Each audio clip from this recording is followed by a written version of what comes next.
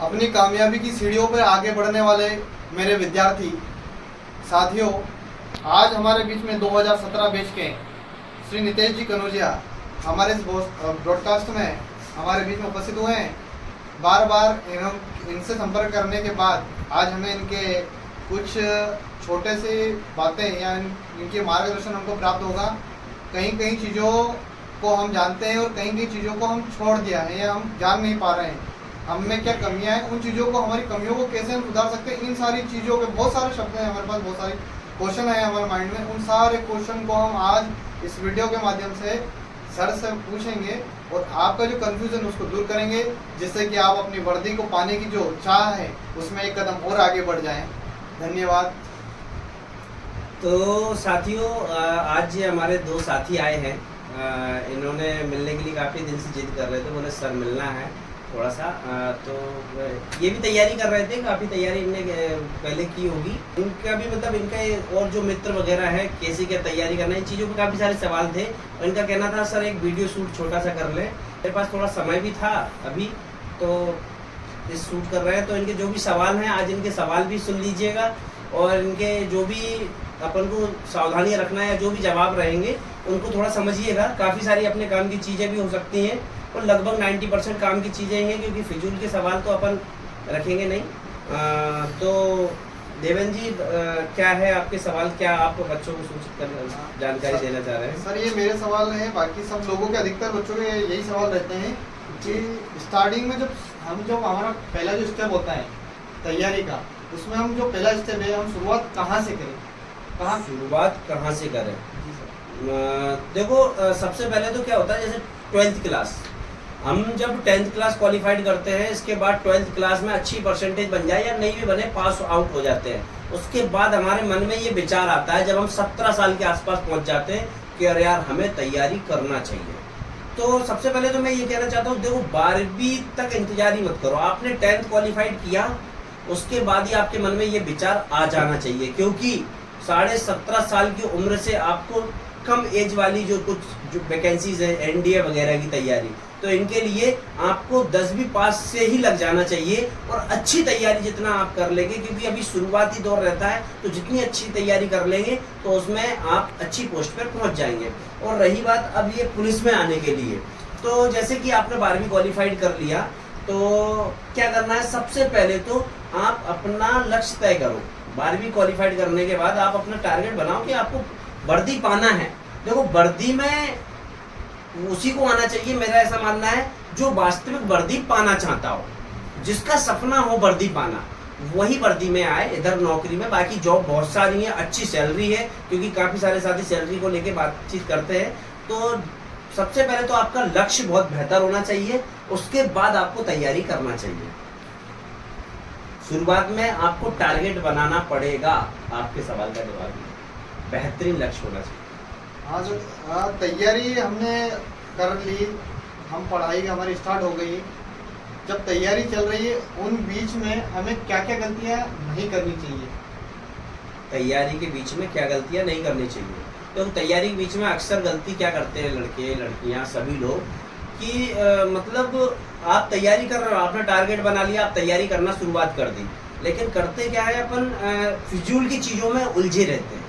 जैसे घर परिवार, रिश्तेदार, बर्थडे, शादी ब्याह वगैरह, मतलब बहुत सारी चीज़ें, समझ रहे हो।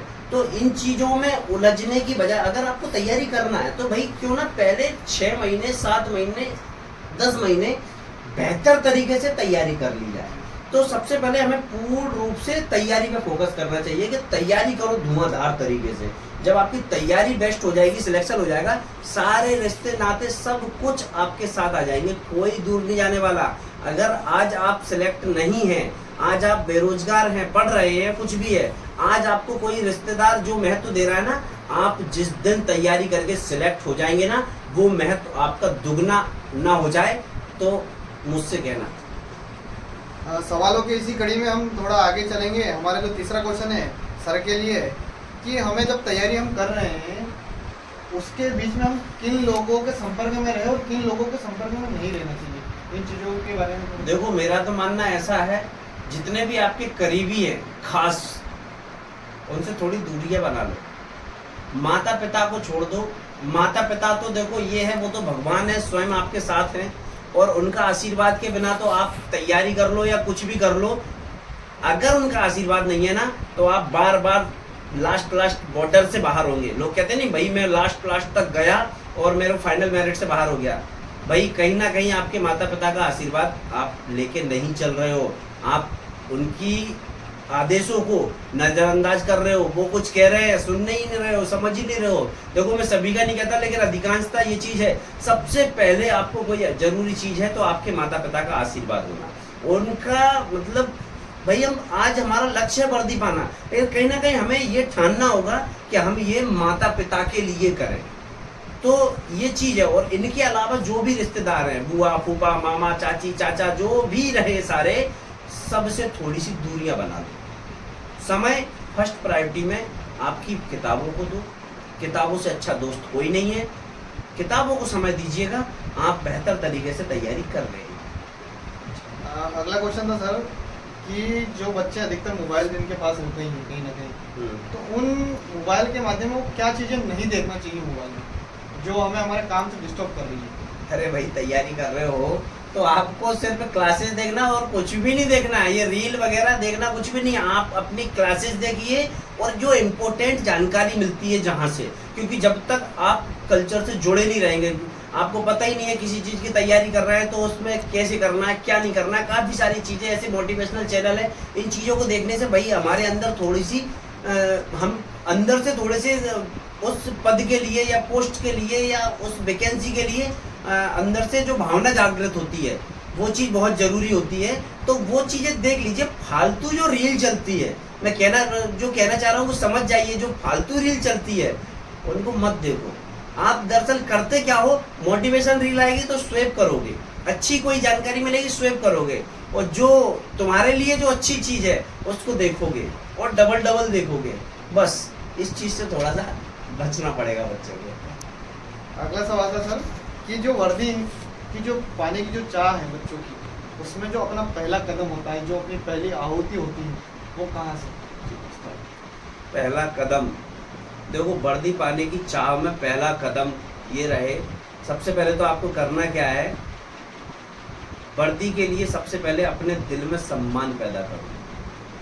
पहला कदम अगर बढ़ा रहे हो, जब तक आपके दिल में आपके मन में वर्दी के लिए सम्मान नहीं होगा, आप वर्दी पाने की चाह कितनी भी रख लो आप कुछ नहीं कर सकते। काफ़ी सारे मैंने देखे हैं लोग तैयारी कर रहे हैं, अच्छी तैयारी कर रहे हैं फाइनल मेरिट में, लेकिन वर्दी के प्रति फिर भी उनके मन में जो उनकी शब्दों से जो सम्मान झलकता है नहीं, वो सम्मान झलकते हुए नजर नहीं आता है। सबसे पहले आपके दिल में सम्मान होना चाहिए, फिर वर्दी का लक्ष्य होना चाहिए, और उसके बाद आगे की अपनी जो तैयारी है, अपनी जो एमपी पुलिस की जो तैयारी है या किसी भी कॉम्पिटिशन एग्जाम की तैयारी है, उसमें कितना समय देना चाहिए हमें? कम से कम? देखो किसी भी कंपटीशन की नहीं बोल सकता, क्योंकि एमपी पुलिस कांस्टेबल की, क्योंकि हर कंपटीशन के लिए अलग सिलेबस पैटर्न होता है, अलग अलग उसका सिलेबस रहता है, किसी का कम है किसी का ज़्यादा है, तो जिसका ज़्यादा है नॉर्मल सी बात है उसको समय अधिक देना पड़ेगा, और जिसका कम है, और एमपी पुलिस की बात की जाए तो नॉर्मली आपका क्या बोलते हैं, मैथ्स रीजनिंग और साइंस और जीके, एमपी जीके के एक आध क्वेश्चन कभी पूछ लिए जाते, नहीं तो मैथ्स रीजनिंग साइंस ही मोस्टली आपका 80-85 नंबर तक पहुंच जाता है, तो जीके बचता है थोड़ा बहुत। तो इस तरीके से 3-4 सब्जेक्ट हैं, तो कुछ ज़्यादा ज़रूरी नहीं है। आप बेहतर तरीके से अगर पढ़ रहे हैं तो आपके पास पर डे अगर 6 घंटे भी दे देना तो पर्याप्त है। टाइम टेबल बनाए बेहतरीन, और पर डे 6 घंटे। अब क्या होता है इसमें, किसी किसी की कैचिंग पावर बहुत अच्छी होती है, मतलब व्यक्ति पढ़ता है माइंड में सेव हो जाता है, किसी किसी की नहीं होती है, तो वो कैचिंग पावर के ऊपर भी, जिसकी कैचिंग पावर थोड़ी सी उसको लग रहा है एक बार में सेव नहीं होता है, तो उसको रिवीजन के लिए थोड़ा अलग से टाइम देना पड़ेगा, 1-2 घंटे के लिए। बाकी जिसकी बेटर है बढ़िया तरीके से 6 घंटे अगर लगातार पढ़ लेना 6 महीने के लिए, तो बेहतरीन काम हो जाएगा। और कोई सवाल? आज के सवाल तो अभी के लिए जो बच्चों के क्वेश्चन थे अधिकतर यही थे। आगे अगर बच्चे चाहेंगे या हमारे जो आपके स्टूडेंट हैं वो चाहेंगे तो अगली जो एपिसोड होगा या अगली जो कड़ी होगी, अगला जो वीडियो होगा, उसमें सवालों की जो भरमार होगी वो आपसे जो हमारी जो सोचने की जो क्षमता है उससे कहीं ज़्यादा होगी। अच्छा चलो ठीक है, ये आपके सारे सवाल हो गए। तो मैं सारे बच्चों से एक ही चीज़ कहना चाहता हूँ, देखो भाई शॉर्ट एंड स्वीट, इनके सवाल थोड़ा सा क्या स्लो चल रहे थे तो थोड़ा टाइम लगा। फाइनल मैं एक चीज़ बता दूँ, सबसे पहले वर्दी पाने के लिए आप वर्दी के लिए सम्मान पैदा करें। दूसरी चीज़, आपके माता पिता का आशीर्वाद लें और बाकी जो इधर उधर के लोग बाग हैं सबसे दूरियां बना लें। वर्दी पाने के लिए जैसे MP police, UP police, Delhi police, SSC GD, मतलब इसके तैयारी के लिए अपन को क्या क्या चीज़ों की आवश्यकता लगेगी, किताबें, बुक्स वगैरह, क्लासेस वगैरह, इन चीज़ों की तो इसकी पूरी जानकारी करें, क्लासेस लें और रूटीन से टाइम टेबल बनाएं और उसमें मैदान में कूद जाए। और इसके लिए इंतजार नहीं करेंगे भाई मुहूर्त निकलेगा, भाई पूछेंगे उसके बाद मुहूर्त निकलेगा इतने दिनांक इतने को 4 बजे से निकलेगा, या बर्थडे से पढ़ाई करूंगा या न्यू ईयर से पढ़ाई करूंगा। मुहूर्त मत निकालो, अभी वीडियो देख लिया ना, बस कल से जुट जाओ।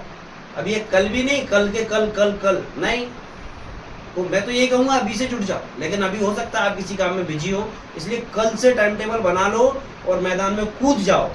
काफ़ी सारे साथी अपने से जुड़े हुए हैं जिनने अच्छे सिलेक्शन लिए हैं, अच्छे नंबर हैं। मुझे भी गर्व होता है कि भाई जब वो मेरे साथी कहते हैं सर मेरी 14 रैंक आई है, सर मेरी 28 रैंक आई है, सर मेरी 56 रैंक आई है, तो मतलब ऐसे करके जब लड़के बताते हैं तो अच्छा लगता है मुझे भी। हालांकि ठीक है, जितना बेहतर हो सके करने का प्रयास करो, माता पिता के नाम पे मेहनत करते रहो, सिलेक्शन लो जल्द से जल्द। बुक्स के बारे में काफ़ी सारे लोगों का सवाल रहता है, तो मैं थोड़ी सी कुछ महत्वपूर्ण बुक्स है जिनसे मैंने तैयारी की थी उनको लिंक कर दूंगा मैं वीडियो में, ऊपर आपको क्लियर हो जाएगा और वहाँ से भी आप ले सकते हैं। नहीं तो आप लिंक के अंदर जाए, अगर बुक वो वाली बेस्ट नहीं लग रही है, आपको लग रहा है दूसरा, तो आप अंदर जाके सर्चिंग कर लेंगे तो आपको बेस्ट बुक्स बहुत सारी मिल जाएंगी, तो उन किताबों में से आप ले सकते हैं। मैं ये भी नहीं कहता कि आप डायरेक्ट वही किताब लो, क्योंकि उसमें कमीशन रहता है, सीधी सी बात है, कमीशन आपका आएगा। आप बुक्स लेंगे, कमीशन आएगा तो वो हमारे पास आएगा कमीशन। लेकिन मैं लेने के लिए इसलिए भी बोलूँगा कि आप ले लीजिए, वो बुक्स आपके काम की रहेगी। जो आप फ्लिपकार्ट वगैरह और कहीं से किसी भी एप्लीकेशन से खरीदेंगे तो जो वहाँ पे मिलेगा वही लगभग प्राइस यहाँ पे मिलेगा। इसमें एक फ़ायदा ये हो जाएगा कि प्राइस आपको वही मिल रहा है, लेकिन मुझे कमीशन मिल जाएगा और जो कमीशन मुझे मिलेगा जल्द से जल्द, तो जैसे ही डिपॉजिट आएगा बहुत जल्दी मैं, हमारे कुछ ऐसे साथी हैं जो निम्न वर्गीय परिवार से आते हैं जो खरीद भी नहीं सकते, तो उनके लिए मैं गिफ्ट रख दूंगा और काफ़ी सारे मतलब जो 5, 10, 20 जो भी किताबें हैं, जो भी अमाउंट मेरे पास तक आ जाएगा तो वो मैं गिफ्ट कर दूंगा। क्योंकि भाई सैलरी इतनी होती नहीं है कि हम सैलरी से गिफ्ट कर दें, भाई जो हमारा ये अर्निंग आएगी और हम आपको गिफ्ट कर देंगे सभी साथियों के लिए। तो आज के लिए इतना ही, धन्यवाद, मिलते हैं किसी नेक्स्ट वीडियो में। जय हिंद, जय भारत। ठीक है देवेन जी, थैंक यू सर।